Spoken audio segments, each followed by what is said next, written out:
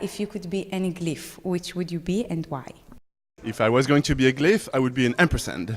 I would be an ampersand because it's the typographic matchmaker. It joins things together.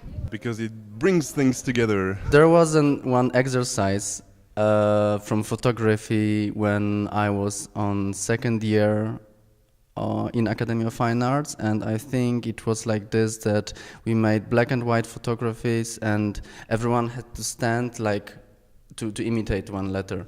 And I was so stressed that I just stand like this, and it was A, and also I'm very thin and tall, so it was A. I. But it's not the character of this letter. I think maybe S, because the S form is similar to form in climbing. We say when you climb there is a move like a lizard. We say that you need to use this technique as a lizard. It means that like S you have 4 straight points.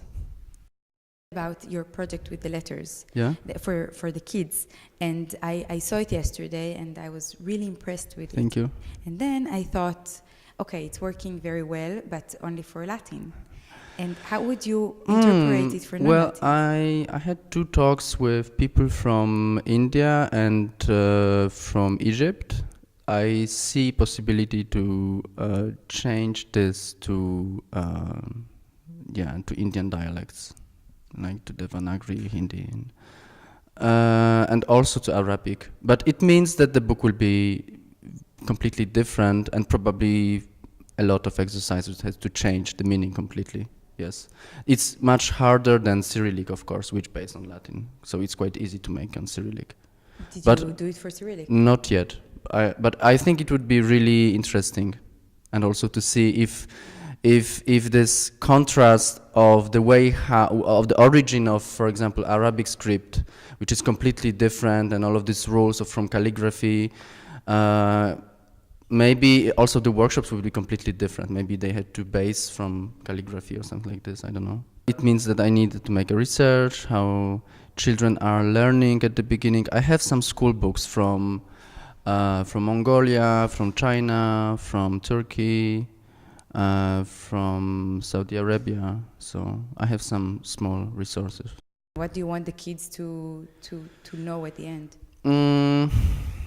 There is no one particular bottom line. It very depends from this particular group, because if it's organized as an event in art gallery, they are random people, right? So it has to be very flexible. Even if I say that we need 6-year-old children, and we think about exercise for 6-year-old children, and they are coming 4-year-old children, which is quite big difference with understanding, with the skills of writing, for example, then I need to propose something which is flexible for both.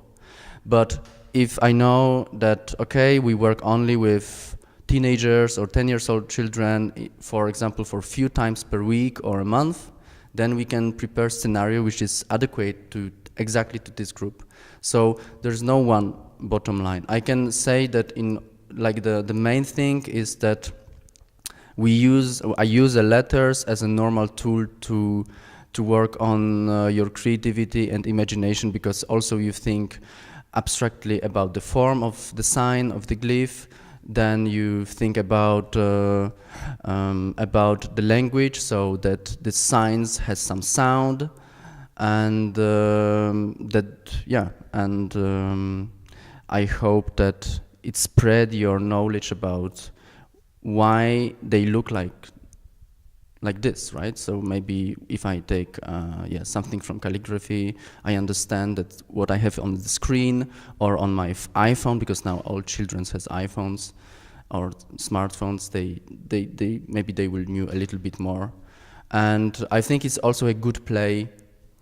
And if you combine all of these things, especially at the beginning of education, when you are starting to teaching them writing and reading, it's, I think, a really good supplement.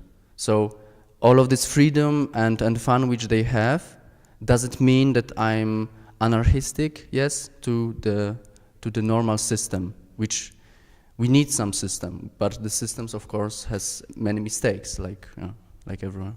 And And in that sense, I liked in your talk when you were showing the rainbow and saying how much the teachers or the adults kind of aim for something very specific, and the kids are more creative. Yes, but that was the much bigger problem of what we talked with Eric Spiekermann, that we have this all kind of cliché with meaning of arts. Art, it's something really dangerous. It's something that it means that this is a field of the talent. You need to be really talented. You need to be a Picasso if you want to if you want to draw. And of course, it's not true. It's just one component of education, like the chemistry, physics, mathematics, dance, physical education, and everything. And I always refer to Sir Ken Robinson, who is like the main guy in the world who is working with many educational systems. He used to work for governments in United States, in England, I think in India as well.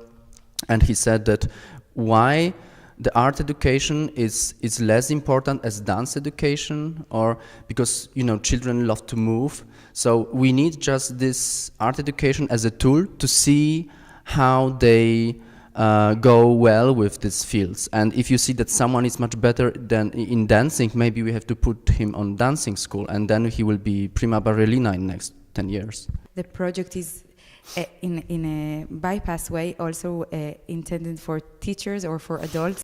It's better when we spend on such workshops in the same form for teachers. I've done only few in Poland for teachers, but they work in the same way, with stencils, with painting, with drawing, and they are, of course, at the beginning completely stressed. This is what I referred at the beginning, that if we think about dance, if you are in the wedding, especially after alcohol, right, you don't have any problems to dance or to sing. And even if, I don't know, you sing when you have a shower, you sing when you have headphones on the street, but you don't draw, right? Because if I ask you to draw something, you said, okay, I'm too stressed, it's art, right? I think so that's why I don't want to call these workshops as art workshops, or that we make a painting. No, we make something which is a component of something bigger. You're known for this project and the book and the workshops and as the thing you do. Are you sometimes afraid that it's going to be you're going to be the person who does it, like this is your only thing that you do? I'm afraid, yes, but it's not my main thing. I made the book 2 years ago, and in last 2 years I do a lot of workshops which were very often connected with my travels because of different things, because I don't know, I was going to have a lecture in some school with students, and then they knew that I do this workshop, so they asked me to make workshops. For example, the project I'm working right now, which is also the children book, but of course it's not for children only, it's for adults as well. It's completely different project, and I made a 1 or even more year research about some ancient things, and I'm very deeply in it, so I'm not afraid that next year I will be doing these workshops again. No, I think I will just finish this one day. I mean, already this year I've done much less workshops than the previous years, because it's not my main thing. No. There are different fields, and it was just a period. It's just one big project which goes really well, and I was very surprised that some such initiative can be held on like this, especially when you have such possibilities like Tate or something. I was surprised, and I thought, okay, yeah, I have to go with this. From your talk, what would you like the ATypI attendees to take home with them? If we're thinking about designing something for, let's say, youth or children, we don't have to design this for children, right? So we need to pay attention for all technical things and adequate to the age, right? The texts, the meritorical things, but it's a normal client, and we treat this completely serious.